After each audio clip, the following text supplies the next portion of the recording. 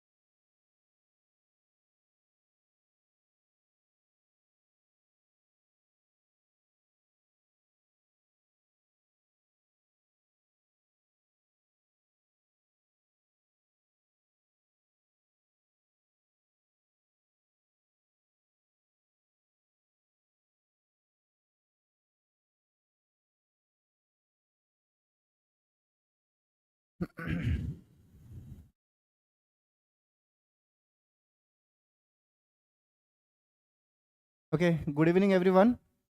তো লেট না করে আজকে ক্লাসটা শুরু করি। আজকের যে টপিকটা হচ্ছে আমাদের making of the Indian constitution, আমাদের সংবিধানের, ভারতের সংবিধানের প্রথম চ্যাপ্টারটা, মানে ইন্ডিয়ান কনস্টিটিউশনের ফার্স্ট চ্যাপ্টারটা। এবং এই চ্যাপ্টারটা খুব ইম্পর্টেন্ট। এই চ্যাপ্টার থেকে প্রত্যেক এক্সামে একটা দুটো তো কোয়েশ্চেন থাকেই, বোথ প্রিলিমস অ্যান্ড মেইনস। ওকে, আচ্ছা, যারা যারা অনলাইন আছো তাড়াতাড়ি অ্যাড অন হয়ে যাও, আমাদের যারা অ্যাপে আছো। ঠিক আছে, ক্লাস শুরু করে দেবো, বিকজ অলরেডি 7, আমার 8 হয়ে গেছে, 7টা 8 হয়ে গেছে, আমরা ক্লাস শুরু করে দেব আজকের টপিকটা। আচ্ছা, আমি টপিকটা ভালো করে বুঝাবো এবং লাস্টলি আমি তোমাদেরকে এটার সলিউশনের জন্য আমি কিছু এমসিকিউ রেডি করেছি। এটা পড়ার পর এমসিকিউটা আমরা প্র্যাকটিস করব, ঠিক আছে? প্র্যাকটিস করে তোমরা আমাকে আনসার শিটটা অ্যাপে দেবে বা মেসেজ করে দেবে, আমি তারপর সেটা চেক করে নেব, যেটা যেটা ভুল আছে, যেখানে যেখানে কারেকশন রিকোয়ার্ড আমি বলে দেব, ঠিক আছে? তো আজকে ক্লাসটা শুরু করা যাক। ফার্স্ট কি আছে দেখো, ফার্স্ট আছে হোয়াট ইজ, দেখো প্রথম কি আছে, ডেফিনেশন অফ কনস্টিটিউশন। আমরা কনস্টিটিউশন বলতে কি বুঝি? দেখো এখানে আছে ডেফিনেশন অফ দ্য কনস্টিটিউশন কি দেওয়া আছে, the basic principles and lodge of a nation, state or social group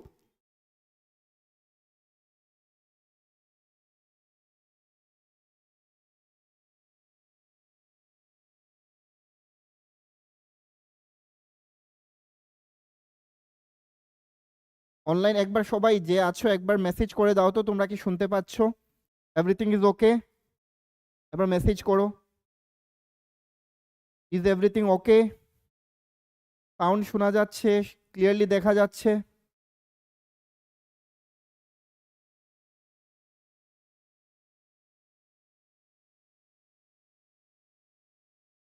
ওকে, আচ্ছা, তো দেখো কি আছে। ফার্স্ট, ডেফিনেশন অফ কনস্টিটিউশন কি বলেছে, the basic principles and laws of a nation. Constitution বলতে আমরা কি বুঝি? It is the basic principle and laws of a nation, it's the basic principles and laws of a nation, state or a social group that determine the powers and duties of the government and guaranteed certain rights to the people in it। মানে কি? মানে এই যে সংবিধান থেকে কি হয়, সংবিধান থেকে যেমন আমাদের বলো প্রাইম মিনিস্টার বলো, চিফ মিনিস্টার বলো, গভর্নর বলো, ওরা যে বিভিন্ন অথরিটি বা পাওয়ার যেটা ড্র করে বা যেখান থেকে ওরা এনজয় করে, সেই কনস্টিটিউশন ওদেরকে এই রাইটটা এনজয় করার জন্য দিয়েছে। তো কনস্টিটিউশন হচ্ছে it's a law of the nation or basic principle and laws of a nation. Basic principles গুলো এখানে লেখা আছে, অফ এ স্টেট, যে কি ডিটারমাইন করে, that determine the powers and duties of the government and গভর্নমেন্টের powers and duties as well as এটা কি they, guarantee the certain rights to the people in it. যেমন আমাদেরকে কি প্রোভাইড করে সংবিধান, ফান্ডামেন্টাল রাইটস এগুলো প্রোভাইড করে। যে এই যে ফান্ডামেন্টাল রাইট আমরা being a citizen of India আমরা যে এনজয় করি, সেটা কোথা থেকে আমরা পেয়েছি? অবভিয়াসলি সংবিধান আমাদেরকে এই অধিকারটা দিয়েছে। তো যাই হোক, এই ডেফিনেশনটা খুব ইম্পর্টেন্ট আমাদের, নট অনলি ফর প্রিলিমস, এটা মেইনসের জন্য ইম্পর্টেন্ট, তোমরা মনে রাখবে। এটা যদি ডিরেক্টলি দিয়ে দাও মেইনসে ডাইরেক্ট কোয়েশ্চেন আসতে পারে এখান থেকে, যে what briefly define about constitution, the answer will be this. Okay, now another point এখানে কি আছে দেখো, the constitution is the supreme law of a land. Constitution কি বলা হয়েছে, যে ভারতের কনস্টিটিউশন হচ্ছে কি সুপ্রিম ল অফ ইন্ডিয়া। ভারতবর্ষের সবচেয়ে সুপ্রিম কি, সবচেয়ে বড় সুপ্রিম ল হচ্ছে আমাদের এই সংবিধান। Constitution of India is the supreme law of India. Okay, next আমরা দেখি এই যে কনস্টিটিউশনটা কিভাবে ইভালুয়েশন হয়েছে, খুব ইম্পর্টেন্ট, পরীক্ষায় আসে এখান থেকে। দেখো কি আছে, ফার্স্ট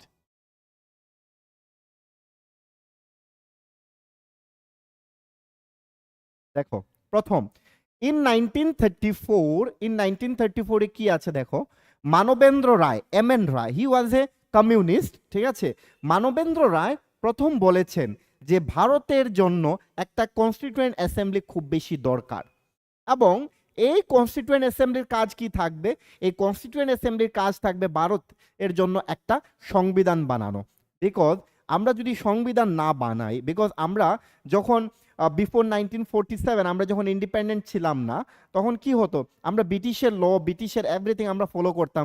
যেমন ব্রিটিশ টাইম টু টাইম বিভিন্ন অ্যাক্ট ইন্ট্রোডিউস করেছিল, government of Morley Minto act 1909, government of India act 1909ও বলে এটাকে, তারপর মন্টেগু চ্যান্সফোন রিফর্ম, ঠিক আছে, government of India act 1919, government of India act 1935, এগুলো দিয়ে কি করতো, আমাদের ব্রিটিশ গভর্নমেন্ট আমাদেরকে মানে দেশটাকে রুল করতো ওদের রুলস এন্ড পলিসি দিয়ে। নাও ভারত যদি আমাদের স্বাধীন হয়, তো অবভিয়াসলি আমাদের কি, আমাদের নিজস্ব একটা ল দরকার, রুল দরকার। সেই রুলটা কি হবে, আমাদের সংবিধান, যে আমাদের দেশটা কিভাবে চলবে। নাও এই সংবিধান বানাতে গেলে আমাদের কি দরকার, একটা অ্যাসেম্বলি দরকার, এক গ্রুপ অফ পিপল দরকার, যারা কি করবে, সংবিধান বানাবে। তো ভারতের জন্য সংবিধান বানাবে, অবভিয়াসলি সেখানে কি হবে, ভারতীয়রা থাকতে হবে। সেই যে একটা গ্রুপ অফ পিপলের যে ফার্স্ট কমেন্সমেন্ট করেছিলেন মানবেন্দ্র রায়, কবে, 1934-এ। He was a communist, first idea দিয়েছিলেন যে ভারতের জন্য কি, ভারতের জন্য একটা কনস্টিটিউয়েন্ট অ্যাসেম্বলি দরকার, and this constituent assembly will create the constitution for free India. Okay, মনে থাকবে সবার। নেক্সট কি আছে দেখো, আইএনসি, আমরা তখন জানি যে ভারতের সর্ববৃহৎ দল ছিল ইন্ডিয়ান ন্যাশনাল কংগ্রেস। এই ইন্ডিয়ান ন্যাশনাল কংগ্রেস যদি কোনো একটা জিনিস তখন ডিসিশন নিত, সেটা অল ইন্ডিয়া লেভেলে এফেক্ট আসতো। তো আইএনসি অফিসিয়ালি এটা ডিমান্ড করেছিল ফার্স্ট টাইম কনস্টিটিউয়েন্ট অ্যাসেম্বলির জন্য 1935-এ, ঠিক এক বছর পর, ঠিক আছে, 1935-এ ইন্ডিয়ান ন্যাশনাল কংগ্রেস সেটা অফিসিয়ালি ডিমান্ড করেছিল। নাও তারপর দেখো, তোমরা লক্ষ্য করো, এর ঠিক 3 বছর পর 1938, 1938 খ্রিস্টাব্দে কি হয়েছিল, 1938 খ্রিস্টাব্দে Jawaharlal Nehru demanded on behalf of INC. Jawaharlal Nehru demand করেছিলেন আইএনসির অন বিহাফ হয়ে। নাও জওহরলাল নেহরুর কি রিকোয়ারমেন্ট ছিল, Jawaharlal Nehru was one of the famous leader at that time. Okay, খুব ফেমাস লিডার ছিলেন জওহরলাল নেহরু। তো জওহরলাল নেহরু কি করেছিলেন, বলেছিলেন যে ঠিক আছে, ভারতের জন্য তো একটা কনস্টিটিউয়েন্ট অ্যাসেম্বলি হবে, ফাইন। এই কনস্টিটিউয়েন্ট অ্যাসেম্বলির যারাই মেম্বার হবে, তখন মনে রাখবে, তখন যে ভারতের প্রভিন্সিয়াল লেজিসলেচার ছিল, ধরো বিভিন্ন প্রভিন্স ছিল, 14টা প্রভিন্স ছিল। এই যে প্রভিন্সের, ধরো বোম্বে প্রভিন্স, মাদ্রাস প্রভিন্স, এই প্রভিন্সে কি ছিল, লেজিসলেটিভ কাউন্সিল ছিল, ওইখানে ভারতীয়রা ছিল। ওরা কিভাবে ইলেক্ট হতো, ওরা ইলেক্ট হতো মানে লিমিটেড ফ্র্যাঞ্চাইজি। এখন কি, এখন হচ্ছে ইউনিভার্সাল ফ্র্যাঞ্চাইজি আমরা ফলো করি, মানে কি, those who attain 18 years irrespective of his education, it's sex, his place of birth, his color, his religion, irrespective of anything, if he is an Indian and if he or she attain 18 years, he can cast vote. ওকে, এটা হচ্ছে universal franchise. But আগে কি ছিল, universal franchise ছিল না, limited franchise ছিল। ওই limited ফ্র্যাঞ্চাইজিরা কি করতো, লেজিসলেটিভ কাউন্সিলের মেম্বারকে কি করতো, নিয়োগ করতো। তো জওহরলাল নেহরু বলেছেন যে ঠিক আছে, কনস্টিটিউয়েন্ট অ্যাসেম্বলি তো হবে, এই কনস্টিটিউয়েন্ট অ্যাসেম্বলির যে মেম্বারসগুলো হবে, ওরা কিন্তু ইউনিভার্সাল ফ্র্যাঞ্চাইজি দ্বারা ইলেক্ট হয়ে আসতে হবে, ঠিক আছে। প্রথম জওহরলাল নেহরু এই প্রস্তাবটা দিয়েছিলেন 1938-এ, ঠিক আছে। তারপর কি হলো, নাও এত বছর ধরে কি করছে, আমাদের আইএনসি বা বিভিন্ন লিডাররা ডিমান্ড করছেন, কার কাছে ডিমান্ড করছেন, ব্রিটিশ গভর্নমেন্টের কাছে, যে ভারতের জন্য একটা কনস্টিটিউয়েন্ট অ্যাসেম্বলি বানাও বানাও বানাও, আমাদের দরকার, কনস্টিটিউয়েন্ট অ্যাসেম্বলি না বানালে হবে না। কিন্তু এই কনস্টিটিউয়েন্ট অ্যাসেম্বলি কার কাছে ডিমান্ড করছে, ব্রিটিশের কাছে। ব্রিটিশ তো নট দ্যাট মাচ দেয়ার কি ওরা বললেই ওরা করে দেবে, ওদের কোনো স্বার্থ ছাড়া ওরা কিছু করবে না। নাও আলটিমেটলি কি করেছে, 1940 খ্রিস্টাব্দে ব্রিটিশ এই ডিমান্ডটা অ্যাকসেপ্ট করেছে। কোন ডিমান্ডটা, যে ভারতের জন্য একটা কনস্টিটিউয়েন্ট অ্যাসেম্বলি ওরা বানাবে। ফাইন, খুব ভালো কথা। কেন বানাবে ওরা, কেন ওরা 1940-তে গিয়ে বলল কি আমরা ভারতের জন্য একটা সংবিধান বানাবো, কেন এর আগে বললো না? এটার পেছনে একটা কারণ আছে। দেখো, তোমরা যদি এই কন্টেম্পোরারি 1940 কন্টেম্পোরারি হিস্ট্রিতে তোমরা যদি যাও, দেখবে তখন একটা অল ওভার ওয়ার্ল্ডে একটা মেজর ইস্যুস চলছিল। আই থিঙ্ক সবাই জানো, that is world war two. World war two হয়েছিল 1939, ঠিক আছে? তো তখন যখন ওয়ার্ল্ড ওয়ার শুরু হয়ে গিয়েছিল, তো এট দ্যাট মোমেন্ট সরি,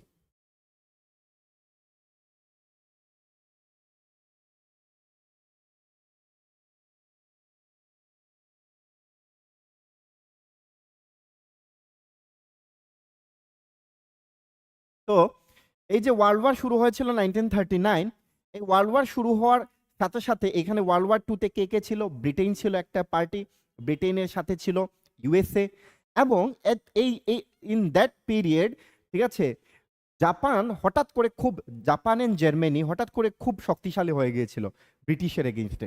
তো এখন অবভিয়াসলি ইন্ডিয়ানস, যদি ওয়ার্ল্ড ওয়ার টু জিততে হয়, এত ইন্ডিয়ার এত ফেমাস এত হিউজ আর্মি ছিল, ঠিক আছে, ওদের তো সহযোগিতা লাগবে, ওদের ছাড়া তো ওয়ার্ল্ড ওয়ার টু জেতা যাবে না। সেই জন্য ব্রিটিশ ভারতের যে লিডাররা ছিল, লোকাল লিডার, ওদেরকে শান্ত করতে এবং ওদের সাপোর্টের জন্য, ভারতের সাপোর্টের জন্য ওরা কি বলেছিল, ঠিক আছে আমরা অগাস্ট অফার, তোমাদের কনস্টিটিউয়েন্ট অ্যাসেম্বলির অফারটা আমরা অ্যাকসেপ্ট করেছি, আফটার দ্য ওয়ার আমরা তোমাদের কনস্টিটিউয়েন্ট অ্যাসেম্বলির, তোমাদের যে ইয়ে ছিল, ডিমান্ড ছিল কনস্টিটিউয়েন্ট অ্যাসেম্বলি একটা ভারতের জন্য সংবিধানের জন্য বানানো, সেটা আমরা অ্যাকসেপ্ট করব।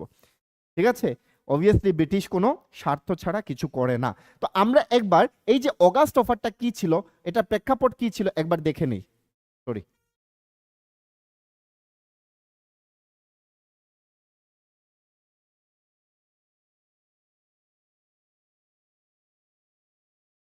দেখো কি আছে অগাস্ট অফার 1940।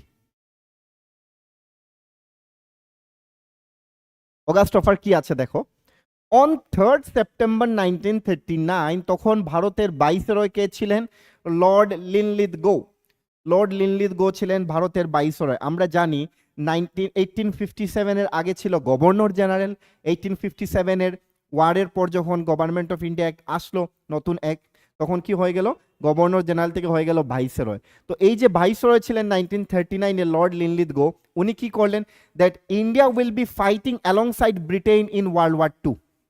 নাও 1939-এ কি করলেন viceroy lord Linlithgow, without taking permission of any Indian leaders. ভালো করে শুনবে, তখন ভারতবর্ষের অনেক ফেমাস ফেমাস লিডার ছিলেন, মহাত্মা গান্ধী ছিলেন, জওহরলাল নেহরু ছিলেন, সুভাষচন্দ্র বসু ছিলেন, তো এই সব আবুল কালাম আজাদ ছিলেন, তো এমন অনেক ফেমাস ফেমাস লিডার ছিলেন। এই লিডারদের কোনো কথা, মানে ওদের কোনো সম্মতি ছাড়াই, ভারতীয়দের সম্মতি ছাড়াই ব্রিটিশ কি করলো, বলল যে ভারতও ওয়ার্ল্ড ওয়ার টুতে পার্টিসিপেট করবে অন বিহাফ অফ ব্রিটিশ। ওকে, তো এতে কি হলো, ভারতের যে লোকাল লিডাররা ওরা খুব বেশি ক্ষুব্ধ হয়ে গেল এগেইনস্ট ব্রিটিশের এগেইনস্টে খুব ক্ষুব্ধ হয়ে গেল। সেই ব্রিটিশ, এই ভারতীয় যে এই লিডাররা যে ব্রিটিশের এগেইনস্টে ক্ষুব্ধ হয়ে গিয়েছিল, এখন যখন দেখলো ব্রিটিশ যে ভারতীয় ছাড়া, ভারতীয়দের সহযোগিতা ছাড়া আমাদের এই কি বলে, আমাদের এই ইয়েটা জেতা সম্ভব হবে না, ওয়ার্ল্ড ওয়ার টুটা জেতা সম্ভব হবে না, তখন কি করলো ওরা, বললো যে ঠিক আছে আমরা তোমাদের অগাস্ট অফারটা অ্যাকসেপ্ট করলাম, ঠিক আছে তোমাদের কনস্টিটিউয়েন্ট অ্যাসেম্বলি আমরা বানাবো, এবং যেটাই বানাবো আফটার দ্য ওয়ার। যাই হোক কি আছে দেখো, এর জন্য কি করলো, কংগ্রেস মিনিস্ট্রিজ রিজাইন করলো। কংগ্রেস মিনিস্ট্রিজরা রিজাইন করলো ফ্রম ওয়ের, যে ওই যে আমি বললাম যে প্রভিন্সিয়াল কাউন্সিল ছিল, লেজিসলেটিভ কাউন্সিল, প্রভিন্সের মধ্যে যেগুলো লেজিসলেটিভ কাউন্সিল ছিল, যেমন বোম্বে, মাদ্রাজ, এগুলোতে যেমন বেঙ্গল, এগুলোর মধ্যে যে লেজিসলেটিভ কাউন্সিল ছিল, যেখানে ভারতীয়রা ছিল, ভারতীয় লিডাররা ছিল, যারা লিমিটেড ফ্র্যাঞ্চাইজি দ্বারা ইলেক্টেড হয়ে এসেছিল, ওরা কি করলো, রিজাইন করলো। কেন? বিকজ ব্রিটিশ আমাদেরকে জিজ্ঞেস না করে আমাদের কান্ট্রিকে ওয়ার্ল্ড ওয়ার 2-তে ইনক্লুড করে দিল, এটা তো অবভিয়াসলি আমাদের কি অপমান করা হলো। সেই জন্য কি করলো, সবাই মিনিস্ট্রিজরা রিজাইন করে দিল। এখন on March Congress session Ramgarh Bihar, রামগড়ে একটা কংগ্রেস সেশন হলো। কংগ্রেসের কি কি স্টেপ নিয়ে আলোচনা করা হবে এই রামগড় হচ্ছে বিহারে, রামগড় হচ্ছে বিহারে। ওই বিহারের রামগড়ে কি হয়েছিল, কংগ্রেসের যে সেশন হয়েছিল, ইয়ারলি সেশন হয় আমরা জানি, ঠিক আছে। ওই সেশনে কংগ্রেস কি করেছিল, রিজলিউশন নিয়েছিল যে আমাদের নেক্সট কি কি প্ল্যান হবে, ঠিক আছে। তো প্রথম কি আছে দেখো, what should be Congress next step, কি বলেছে, Congress passed a resolution that Congress can support British government in world war 2 if a provisional national government is set up at centre. খুব ভালো কথা। কংগ্রেস কি বললো, এতদিন তো ছিল প্রভিন্সিয়াল গভর্নমেন্ট, এতদিন তো ছিল প্রভিন্সিয়াল লেজিসলেটিভ কাউন্সিল, সেন্ট্রালে তো ছিল না, প্রভিন্সের মধ্যে ছিল, বিভিন্ন প্রভিন্সে। এখন ধরে রাখো প্রভিন্স আমাদের স্টেট, ধরে রাখো ত্রিপুরা স্টেট, ঠিক আছে, আসাম স্টেট, মহারাষ্ট্র স্টেট, ওইসব স্টেটে ছিল। সেন্ট্রালে কোনো ভারতীয় লেজিসলেটিভ কাউন্সিল ছিল না। ওই legislative provincial national government set আপের জন্য কংগ্রেস কি করলো, বললো যে ঠিক আছে আমরা ব্রিটিশ গভর্নমেন্টকে সাপোর্ট করব world war 2-তে।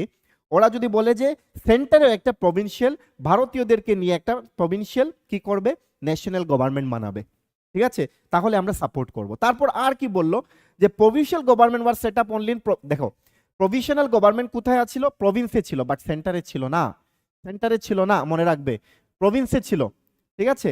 Now in response viceroy Lord Linlithgow কি বলেছেন, একটা অফার দিয়েছিলেন, একটা প্রপোজাল দিয়েছিলেন, যেটাকে আমরা জানি August offer, which is popularly known as August offer. পরীক্ষায় আসতে পারে, যারা টিসিএস দেবে মেইনসে কোয়েশ্চেন আসতে পারে যে what was the reason for August offer, okay, এইভাবে কোয়েশ্চেন আসতে পারে। So this was the background, August অফারে কি ব্যাকগ্রাউন্ড ছিল। নাও এই পয়েন্টটা দেখো কি আছে, Lord Linlithgow was expecting a whole hearted support in world war 2 from Indian political parties in response to August offer. August অফারের এগেইনস্টে, অগাস্ট অফার তো তিনি অ্যাকসেপ্ট করেছেন, বললাম না, ব্রিটিশ স্বার্থ ছাড়া কিছু করে না, তো সেই স্বার্থ উদ্ধারের জন্য কি করলো, ওরা বললো ঠিক আছে অগাস্ট অফার। এই অগাস্ট অফারে কি চাচ্ছিল, এই যে ভারতীয় লিডারদের কি চাচ্ছিল, ও সম্মতি চাচ্ছিল, পার্টিসিপেশন চাচ্ছিল। তো হাওয়েভার আমরা জানি যে মুসলিম লীগ এবং প্রিন্সলি স্টেট অলরেডি ব্রিটিশের সাথে তখন ওরা অলরেডি ব্রিটিশকে হেল্প করছিল, শুধু কংগ্রেস ছিল যে ব্রিটিশকে হেল্প করছিল না। সো ইফ কংগ্রেস যদি সাপোর্ট করে ওদেরকে ব্রিটিশ গভর্নমেন্টকে, তো অবভিয়াসলি ওটা সোনায় সুহাগা হয়ে যাবে ওদের জন্য। তো সেই জন্য অগাস্ট অফারটা লর্ড লিনলিথগো কি করলো, অফার করলো। যাই হোক, তারপর আমরা দেখে নিই নেক্সট স্টেপ কি আছে অগাস্ট অফারের। দেখো কি আছে, terms and condition of August offer. কি কি টার্মস এন্ড কন্ডিশন ছিল, যেটা আমাদের লর্ড লিনলিথগো বলেছিলেন। দেখো, finally British government agreed to establish first constituent assembly. British government finally constituent assembly বানানোর জন্য কি করলো, সম্মতি বললো যে ঠিক আছে এখন কনস্টিটিউয়েন্ট অ্যাসেম্বলি আমরা বানাবো for India. Although Congress demanded for constituent assembly from long ago. Obviously আমরা বললাম না 1934 প্রথম মানবেন্দ্র রায় বলেছিলেন ভারতীয়দের জন্য একটা সংবিধান কনস্টিটিউয়েন্ট অ্যাসেম্বলি দরকার, বাট ব্রিটিশ সেটা মানেনি। আলটিমেটলি ডিউ টু ওদের স্বার্থের জন্য ওয়ার্ল্ড ওয়ার 2 এর জন্য ওরা কি করেছে, constituent assembly by accepting August offer করে ওরা কি করেছে, ভারতীয়দেরকে কনস্টিটিউয়েন্ট অ্যাসেম্বলির জন্য ওরা রাজি হলো। আচ্ছা, for the first time right of Indians to frame their constitution was recognised. Same জিনিসটাই বলেছে। ওকে, নাও একবার দেখে নিও aim of the constituent assemblyর aim কি ছিল। First, to create constitution for India. আমরা সবাই জানি এই যে কনস্টিটিউয়েন্ট অ্যাসেম্বলির এম কি ছিল, মেইন কনস্টিটিউয়েন্ট অ্যাসেম্বলির কাজই হচ্ছে কি ভারতের জন্য একটা সংবিধান বানানো। নাও আচ্ছা, যারা যারা ইউটিউবে দেখছো প্লিজ সাবস্ক্রাইব আওয়ার চ্যানেল এবং সবাইকে শেয়ার করবে যদি ইনফরমেটিভ লাগে ক্লাসটা। এবং যারা আমাদের অনলাইন ক্লাস করছো, তোমাদের যদি মনে হয় ক্লাসটা ইনফরমেটিভ বা ভালো লাগছে, প্লিজ সাপোর্ট আস, ঠিক আছে। এবং তোমাদের ফ্রেন্ডস, ব্রাদার্স, এনিওয়ান যাদেরকে তোমরা সাজেস্ট করতে চাও, ইউ পিপল ক্যান। অ্যান্ড এতে আমাদের কি হবে, আমাদের একটু সাপোর্ট হয়ে যাবে। এবং যারা ইউটিউবে দেখছো please subscribe our channel and share with others. Okay, now back to the topic. কি আছে দেখো, only the Indian would be the member of constituent assembly. Obviously ভারতের জন্য সংবিধান বানানো হবে, সেই কনস্টিটিউয়েন্ট অ্যাসেম্বলির মেম্বার কি ব্রিটিশ হলে হবে? অবভিয়াসলি না, আমাদের ভারতীয়রাই হতে হবে। তো এটাই হচ্ছে যে only the Indian would be the members of the constituent assembly. It was also for the first time that dominion status was explicitly offered. Dominion স্ট্যাটাসটা অ্যাকসেপ্ট করেছে। Now what is dominion status? আমরা constitution অনেক dominion status পড়েছি, but এই dominion স্ট্যাটাসটা কি? শোনো, একটু জাস্ট হোল্ড অন।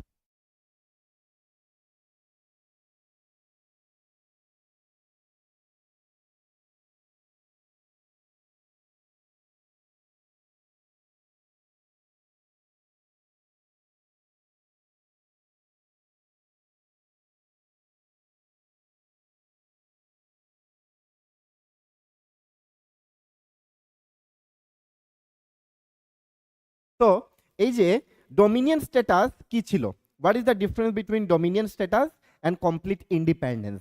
দেখো, আমরা সবাই জানি যে সংবিধান 26শে নভেম্বর 1949 খ্রিস্টাব্দে সংবিধানটা আমাদের রেডি হয়ে গিয়েছিল, প্রিপেয়ার হয়ে গিয়েছিল। বাট ওই দিনে আমাদের সংবিধানটাকে লাগু করা হয়নি, লাগু করা হয়েছিল এর ঠিক 2 মাস পর 26শে জানুয়ারি 1950 খ্রিস্টাব্দে, যেই দিনটাকে আমরা প্রজাতন্ত্র দিবস বা রিপাবলিক ডে হিসাবে পালন করি। তো ওই দিনটাকে কেন আমাদের সংবিধান রেডি হয়ে গেছিল, বাট ওই দিনটাকে কেন আমরা কার্যকর করা হয় না, সংবিধানকে করা হয়নি? কারণ হয়েছিল যে 1929 খ্রিস্টাব্দে 1929, মনে রাখবে, লাহোর সেশন, কংগ্রেসের একটা সেশন হয়েছিল লাহোরে, যেটার প্রেসিডেন্ট ছিলেন জওহরলাল নেহেরু। জওহরলাল নেহেরু একটা রেজলিউশন নিয়েছিলেন যে ভারতের অনেক হয়ে গেছে, ভারত অনেক ডোমিনিয়ন স্ট্যাটাস বলেছে, আর আমাদের ডোমিনিয়ন স্ট্যাটাস লাগবে না, আমাদের এখন টার্গেট হচ্ছে কমপ্লিট ইন্ডিপেন্ডেন্স অর পূর্ণ স্বরাজ। বুঝতে পেরেছো? জওহরলাল নেহরু বলেছেন যে ডোমিনিয়ন স্ট্যাটাস অনেক দিন ধরে আমরা বলছি, ব্রিটিশ দেয়নি, এখন আর আমাদের ডোমিনিয়ন স্ট্যাটাস লাগবে না, আমাদের এখন লাগবে কমপ্লিট ইন্ডিপেন্ডেন্স। এই জন্য আমাদের একটা দিন ধার্য করা হয়েছিল যে 26শে জানুয়ারি 26 জানুয়ারি 1930 খ্রিস্টাব্দে আমরা কমপ্লিট ইন্ডিপেন্ডেন্স ডে হিসাবে পালন করব। 26শে জানুয়ারি 1930 খ্রিস্টাব্দে আমরা পূর্ণ স্বরাজ দিন হিসাবে পালন করব। ঠিক আছে? আমাদের ডোমিনিয়ন স্ট্যাটাস আর লাগে না, আমাদের এখন পূর্ণ স্বরাজ লাগে। ওই দিনটাকে আমরা কি করতে, সেলিব্রেট করতে গিয়ে আমরা কি করি, আমাদের সংবিধান 26 নভেম্বর 1949-এ প্রিপেয়ার হয়ে গিয়েছিল, বাট 2 মাস পরে আমরা সেটাকে কার্যকর করেছিলাম। এখন আমার কোয়েশ্চেন যেটা হচ্ছে যে এই যে ডোমিনিয়ন স্ট্যাটাস এবং কমপ্লিট ইন্ডিপেন্ডেন্সের মধ্যে কি তফাৎ? দেখো, কিছু নয়, তফাৎটা হচ্ছে ডোমিনিয়ন স্ট্যাটাস যদি থাকতো, ডোমিনিয়ন স্ট্যাটাসটা হচ্ছে ডোমিনিয়ন স্ট্যাটাসটা হচ্ছে যে আমাদের ডিফেন্স, ফাইন্যান্স এন্ড 3 নাম্বার হচ্ছে foreign policy.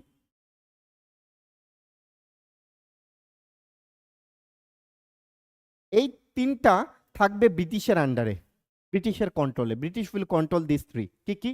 Defence, finance and foreign policy. এবং হেড অফ দ্য স্টেট, আমাদের যেমন হেড অফ দ্য কান্ট্রি বা হেড অফ দ্য স্টেট কাকে বলি? আমরা প্রেসিডেন্টকে বলি। তো head of the state dominion স্ট্যাটাসে থাকবে ব্রিটেন কুইন, প্রাইম মিনিস্টার থাকবে ভারতীয়, কিন্তু কুইন থাকবে ব্রিটেন। এবং এই 3টা ডোমিনিয়ন স্ট্যাটাসের মধ্যে defence, finance and foreign policy থাকবে ব্রিটেনের আন্ডারে। এটাই হচ্ছে ডোমিনিয়ন স্ট্যাটাস এবং কমপ্লিট ইন্ডিপেন্ডেন্সের মধ্যে তফাৎ। কমপ্লিট ইন্ডিপেন্ডেন্স যেটা আমরা প্রেজেন্টলি এনজয় করছি, মানে এভরিথিং ইজ আওয়ার্স, আমাদের ডিসিশন, ফরেন পলিসি কি করব, কার সাথে করব, পাকিস্তানের সাথে ভালো রিলেশন রাখবো কি রাখবো না, চায়নার সাথে ভালো রিলেশন রাখবো কি রাখবো না, ইউএস এর সাথে ভালো রিলেশন রাখবো কি রাখবো না, এটা কমপ্লিটলি আমাদের ডিসিশন। এখানে ব্রিটিশ গভর্নমেন্ট বলতে পারবে না যে তুমি পাকিস্তানের সাথে কেন ভালো রিলেশন রাখবে না, তুমি ইউএস এর সাথে ভালো রিলেশন রাখো। They can't order us, okay, but dominion স্ট্যাটাসে সেটা করতে পারতো। This is the difference. তো যাই হোক, তো ব্রিটিশ বলল কি যে ঠিক আছে, আমি তোমাদেরকে ডোমিনিয়ন স্ট্যাটাস দেব। ফাইন, ডোমিনিয়ন স্ট্যাটাস বা এক্সপ্লিসিটলি অফার করা হয়েছিল ডোমিনিয়ন স্ট্যাটাস তখন, কবে? 1940-তে। আর এটা ডিমান্ড ডিমান্ড ছিল আমাদের 1929-এর আগে। 1929-এ তো জওহরলাল নেহরু কংগ্রেস সেশনে বলে দিয়েছেন আমাদের আর ডমিনেন্ট স্ট্যাটাস লাগে না, আমাদের এখন কমপ্লিট পূর্ণ স্বরাজ লাগে। ঠিক আছে, যাই হোক, তারপর for the first time it was propose to have more numbers of Indians in the executive council of viceroy. যেমন এখন যেমন রাজ্যসভা বলতে পারো, হ্যাঁ, তখন এক্সিকিউটিভ কাউন্সিল অফ ভাইসরয় ছিল, যেটা কাউন্সিল এক্সিকিউটিভ কাউন্সিল ভাইসরয় কি করতো, ভাইসরয় ডিরেক্টলি রিপোর্ট করতো ব্রিটিশ প্রাইম মিনিস্টারকে। ঠিক আছে, ব্রিটিশ ক্যাবিনেটকে, ব্রিটিশ ক্যাবিনেটের হাই অফিসার বলতে পারো যে ছিল ভাইসরয়। ভাইসরয় এক্সিকিউটিভ কাউন্সিল ছিল, ঠিক আছে, ওটা দিয়ে পুরো দেশটাকে ম্যানেজ করা হতো। ঠিক ভাইসরয় এক্সিকিউটিভ কাউন্সিলের নিচে ছিল গভর্নর এক্সিকিউটিভ কাউন্সিল, বিভিন্ন স্টেটে ছিল গভর্নর। ঠিক আছে, গভর্নর দ্বারা বিভিন্ন প্রভিন্সকে কি করা হতো, চালানো হতো। তো সেন্ট্রালে ছিল ভাইসরয় কাউন্সিল, ওই ভাইসরয় এক্সিকিউটিভ কাউন্সিলে বলা হয়েছিল কি ভারতীয়দের আরো নাম্বার বাড়াতে হবে। ঠিক আছে, তারপর and war advisory would be created, both Indians and Britishers would be member of the advisory council। ওই war advisory council একটা বানানো হবে কিসের জন্য, ওয়ার্ল্ড ওয়ার 2 এর জন্য। নাও veto power for minorities, no future constitution to be adopted without the consent of the minorities। মাইনরিটির consent ছাড়া কোনো কি বানানো হবে না, কোনো কনস্টিটিউশন বানানো হবে না, মাইনরিটিসদের কনসেন্ট ম্যান্ডেটারি। এতে কি হলো, এতে তো মুসলিম লীগ খুব খুশি হয়ে গেল, বিকজ মুসলিম লীগ জানে মাইনরিটিদের ছাড়া কোনো কি হবে না, সংবিধান বানানো যাবে না। নাও এটা আছে how did Indian political parties reacted to August offer, একবার পড়ে নেবে। মুসলিম লীগ এটাকে স্যাটিসফাই হয়েছিল। এই কোয়েশ্চেন এরকম কোয়েশ্চেন টিসিএসে আসে, এইভাবে কোয়েশ্চেন, রিমেম্বার দিস। ঠিক আছে, বিভিন্ন পলিটিক্যাল পার্টির কি রিয়াকশন ছিল, হ্যাঁ, তো এটা ভালো করে পড়বে। তো যাই হোক, এটা মোটামুটি আমাদের অগাস্ট অফারের ব্যাকগ্রাউন্ড ছিল যে কেন অগাস্ট অফারটা হয়েছিল অ্যান্ড অল। নাও আমরা আবার চলে যাব ব্যাক টু দা আমাদের প্রিভিয়াস পজিশনে। দেখো তারপর কি হলো, দেখো অগাস্ট অফারটা আমরা ডিসকাস করলাম। নাও চলে আসলো ক্রিপস মিশন। না, আরেকটা মজার স্টোরি বলি।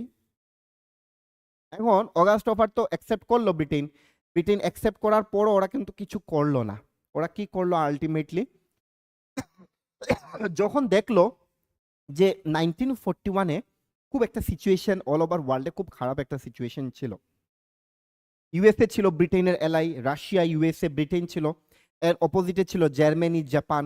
এবং জাপান এত স্ট্রং হয়ে গিয়েছিল at that moment, Japan south east Asian কান্ট্রিজের যাওয়ার মধ্যে ব্রিটেনের কলোনিজ ছিল, বিশেষ করে মালায়া পেনিনসুলা বলো, সিঙ্গাপুর বলো, ওইসব থাইল্যান্ড বলো, ওইসব এরিয়াতে ব্রিটেন কলোনিজ ছিল। ওইগুলো থেকে ব্রিটিশকে একদম এখান থেকে ওরা একদম মানে কি বলবো, ব্রিটিশকে এখান থেকে ওরা একদম একদম মানে যুদ্ধ হারিয়ে ওদেরকে এখান থেকে একদম ইয়ে করে দিয়েছিল, মানে একদম ওয়াশ আউট করে দিয়েছিল পুরো একদম ওইসব এরিয়া থেকে। তো ব্রিটেন দেখলো যে ভারত তো আমাদের খুব একটা ইম্পর্টেন্ট কান্ট্রি, ভারতকে আমরা কোনোভাবেই হারাতে মানে আমরা হারাতে চাই না বা হারাতে ওরা চাবে না। তো সেই জন্য ওরা কি করলো, ওরা বললো যে ঠিক আছে এখন অনেক হয়েছে, এখন ভারতীয়দেরকে একটা কিছু দিতেই হবে। সেই জন্য ক্রিপস মিশনকে ওরা পাঠালো যে ক্রিপস মিশন যাও তুমি ভারতে, গিয়ে ভারতীয় লিডারদের শান্তি করে ওদের যা যা ডিমান্ড আছে কিছু সময়ের জন্য ওদের ডিমান্ডটা পুরো করে ওদেরকে শান্ত করো, বিকজ ওদের সাপোর্ট ছাড়া আমরা জিততে পারবো না। তো আমরা একবার ক্রিপস মিশনটা দেখে নেই, ক্রিপস মিশনের প্রেক্ষাপট কি ছিল বা ব্যাকগ্রাউন্ড কি ছিল। দেখো কি আছে ক্রিপস মিশন ব্যাকগ্রাউন্ড, খুব মজার স্টোরি ক্রিপস মিশনের ব্যাকগ্রাউন্ড।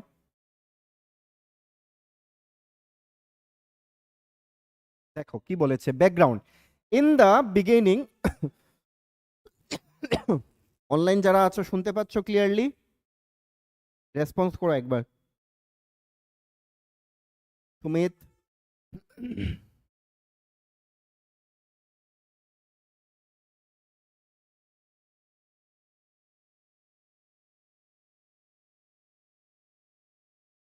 সবাই কি শুনতে পাচ্ছ?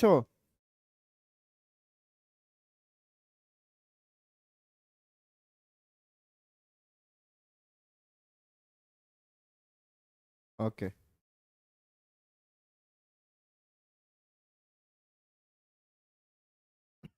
নাও দেখো কি আছে তারপর, দেখো কি আছে ব্যাকগ্রাউন্ড, ক্রিপস মিশনের ব্যাকগ্রাউন্ড কি ছিল। In the beginning of world war 2 British forces had suffered heavy defeats, যেটা বললাম আমি সাউথ ইস্ট এশিয়ান কান্ট্রির মধ্যে, in the hands of Japanese army, যেটা আমি অলরেডি ডিসকাস করেছি। Now 8 December 1941 Japanese forces invaded Malaya and drove the British troops from Malayan Peninsula. Malayan peninsula থেকে British ফোর্সকে ওয়াশ আউট, একদম ড্রোভ আউট করে দিয়েছিল এন্টায়ার এরিয়া থেকে। Their aircraft, কার এয়ারক্রাফট? জাপানের aircraft bombed Singapore, had invaded Hong Kong and Philippines. Moreover, USA, who was an ally of British, took part in the World War II. The Japanese army bombarded at the Pearl Harbor of USA. This incident shocked the USA and its president Franklin Roosevelt. Okay. Yes, actually Sumit এটা আমরা করব because এটা লাইটের জন্য হচ্ছে, flickering হচ্ছে, so will rectify it very soon. Okay next দেখো কি আছে, তারপর দেখো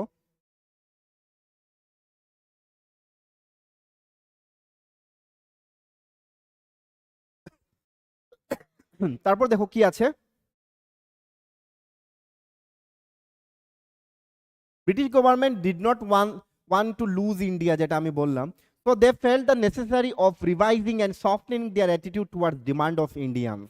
Okay, in order to win over the sympathies of the Indian masses and political parties during the Second World War, British government sent Lord Privy Seal Sir Stafford Cripps with a proposal to India, which is popularly known as Cripps Mission, যেটা আমি বললাম। Cripps Mission কে ভারতবর্ষে পাঠানো হলো with a proposal. The most important reason due to which Japan was able to conquer these British colonies. এটা একটা background, তোমরা notes দেবো, সেটা পড়ে নিও, ঠিক আছে? এখন ডিসকাস করে লাভ নেই, লেন্দি হয়ে যাবে ক্লাসটা। দেন তারপর দেখো কি আছে, প্রপোজাল কি কি ছিল ক্রিপস মিশনের, ভেরি ইম্পর্টেন্ট। ক্রিপস মিশনের কি কি প্রপোজাল ছিল দেখো। ফার্স্ট বলেছে প্রপোজাল, দেখো কি ছিল, ডোমিনিয়ন স্ট্যাটাস। নাও ইন্ডিয়ান লিডার্স 1929-এ তো বলে দিয়েছে আমাদের আর ডোমিনিয়ন লাগবে না। 26 জানুয়ারি 1930 তো আমরা পূর্ণ স্বরাজ ডে হিসাবে পালন করেছি, বলেছে আমাদের আর ডোমিনিয়ন স্ট্যাটাস লাগবে না, আমাদের পূর্ণ স্বরাজ লাগবে। আর তোমরা এখন এসে বলছো আমাদেরকে ডোমিনিয়ন স্ট্যাটাস দেবে, ইন্ডিয়ান গভর্নমেন্ট, ইন্ডিয়ান লিডার্সরা সেটাকে অ্যাকসেপ্ট করেনি। একটা মজার স্টোরি বলি, আমরা জানি যে মহাত্মা গান্ধী একটা ফেমাস কোটেশন দিয়েছিলেন এট দ্যাট টাইম, যে ক্রিপস মিশনকে বলেছিলেন it's a post dated cheque on a crashing bank. তোমরা সবাই জানো কেন বলেছিলেন, because of this dominion status, ঠিক আছে?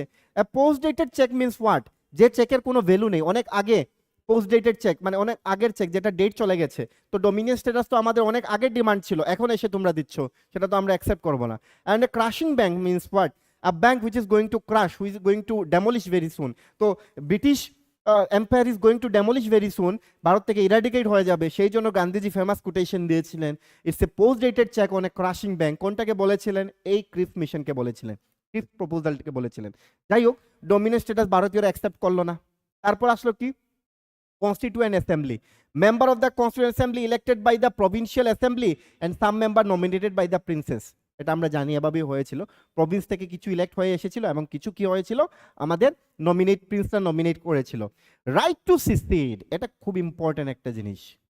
Provinces unwilling to join the Indian union could have a separate constitution and can form a separate union. মানে কি বলেছে, এটাকে বলা হয় blue print of partition. Cripps mission বলেছে যে যেসব প্রভিন্স ভারতীয়দের সাথে যুক্ত হতে চায় না, ওরা after 15 years, I think 15 years, just hold on, আমি একবার চেক করে নেই, 15 ইয়ার্স হবে।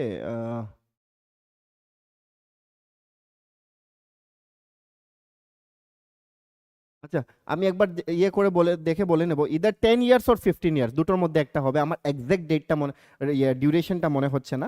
মানে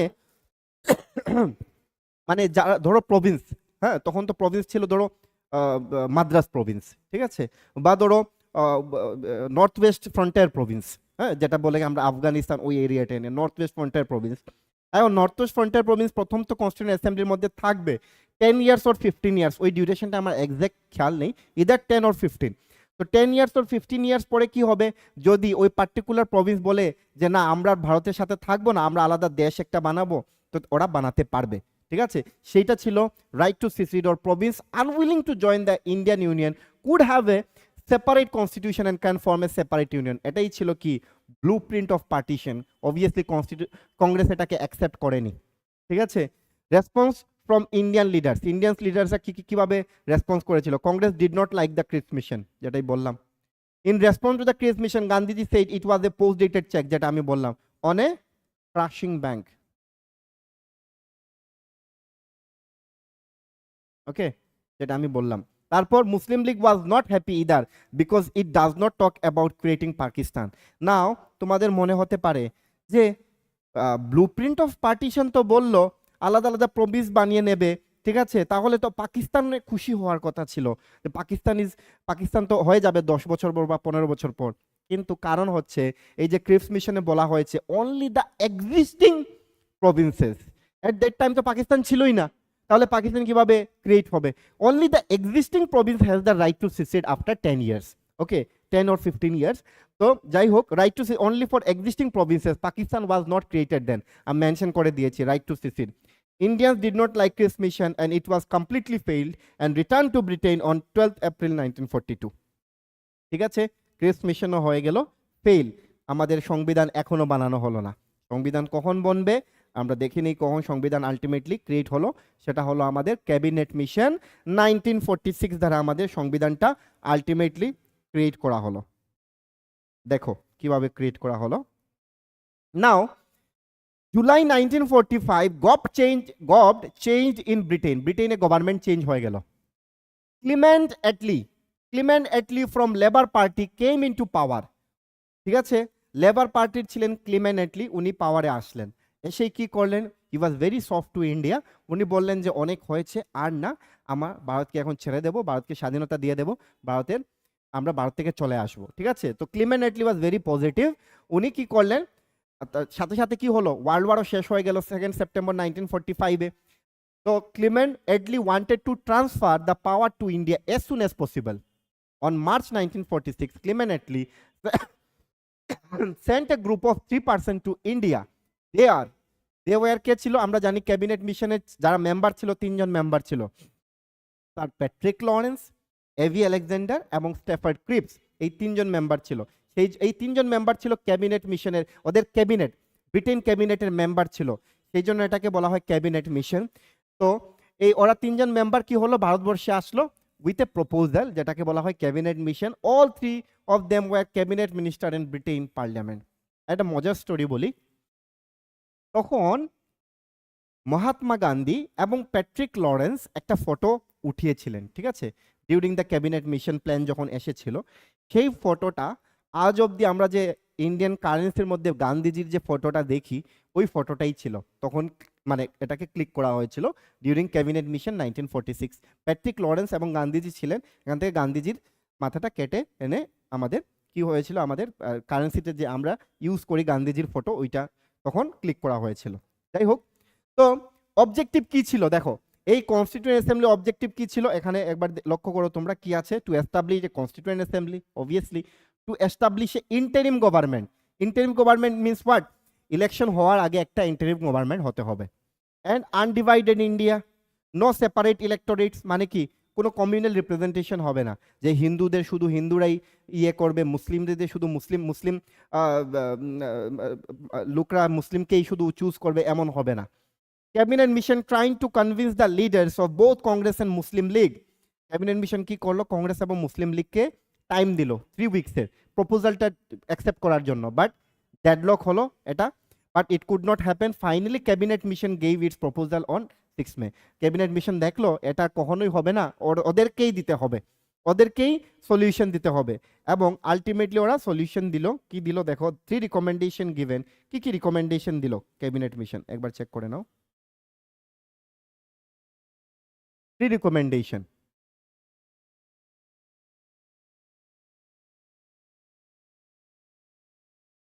কি দিয়েছে দেখো, provincial grouping, princely state, constituent assembly.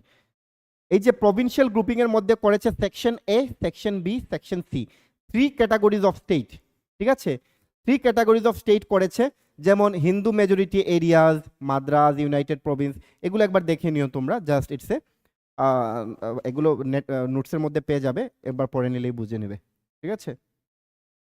তারপর দেখো কি আছে,